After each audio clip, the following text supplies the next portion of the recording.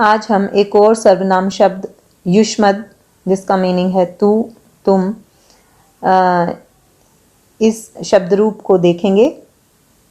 तो जैसा कि आपको पता है कि सर्वनाम शब्दों का संबोधन नहीं होता है, तो युष्मद शब्द का भी, इस शब्द के रूप भी जब हम देखेंगे तो प्रथमा से सप्तमी विभक्ति है लेकिन संबोधन नहीं है। तो प्रथमा विभक्ति और एक वचन, द्विवचन, बहुवचन रूप देखते हैं युष्मद के। त्वम, युवाम, यूयम। त्वम का मतलब तुम, युवाम तुम दोनों, यूयम तुम सब।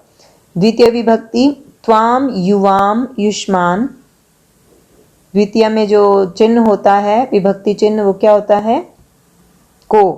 तो तुम्हें या तुमको, तुम दोनों को, तुम सबको। तृतीय विभक्ति त्वया, युवाभ्याम, युष्माभिः। तृतीय में जो साइन होता है, विभक्ति चिन्ह होता है, वो से होता है। तो तुझ से, तुम दोनों से, तुम सब से। चतुर्थी विभक्ति तुभ्यम, युवाभ्याम, युष्मभ्यम। तुम्हारे लिए, तुम दोनों के लिए, तुम सब के लिए। पंचमी विभक्ति त्वत्, युवाभ्याम, युष्मत्। तो पंचमी विभक्ति में जो चिन्ह होता है वो से अलग होने के लिए आता है। तो तुझसे अलग, तुम दोनों से अलग, तुम सब से अलग। षष्ठी विभक्ति तव, युवयोः, युष्माकम्।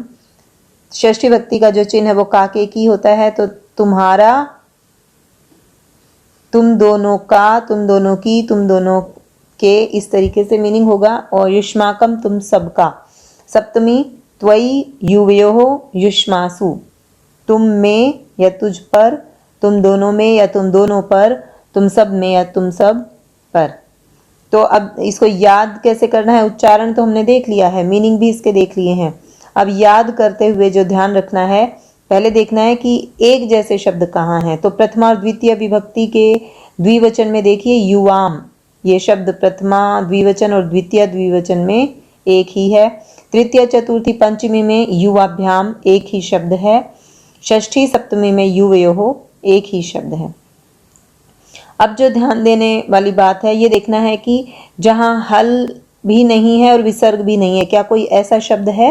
हाँ है। तृतीय एक वचन त्वया, इसमें ना हलंत आएगा ना विसर्ग है।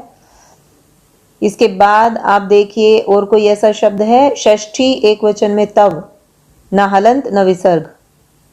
इसके बाद सप्तमी एक वचन त्वयि, इसमें भी कोई हल या विसर्ग नहीं है। और सप्तमी बहुवचन युष्मासु, इसमें भी कोई हल और विसर्ग नहीं है। तो आप देख सकते हैं कितने शब्द हो गए जिसमें कोई हल या विसर्ग नहीं है। एक, उसके बाद त्वयि था, एक ये तव और त्वया, ये चार शब्द ऐसे हैं जिसमें ना हल आएगा ना विसर्ग आएगी। अब देखना है कि विसर्ग कहाँ कहाँ है। तो तृतीय बहुवचन में आप देखेंगे युष्माभिः, इसमें विसर्ग है।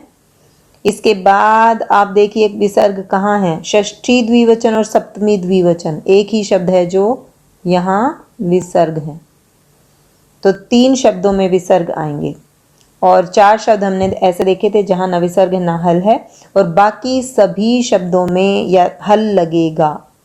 इन सब के अलावा बाकी हर शब्द में हल है। तो अब आपको याद कर, लिखने में गलती नहीं होनी चाहिए। कई बार होता है हमें शब्द याद है लेकिन जब उसको लिखेंगे और हल नहीं लगाया, मान लो युवाम लिखना है और मैं हल नहीं लगाऊं, तो ये गलत हो जाएगा। तो इस तरीके से याद करने के बाद लिखने में गलती नहीं होगी और नंबर नहीं कटेंगे।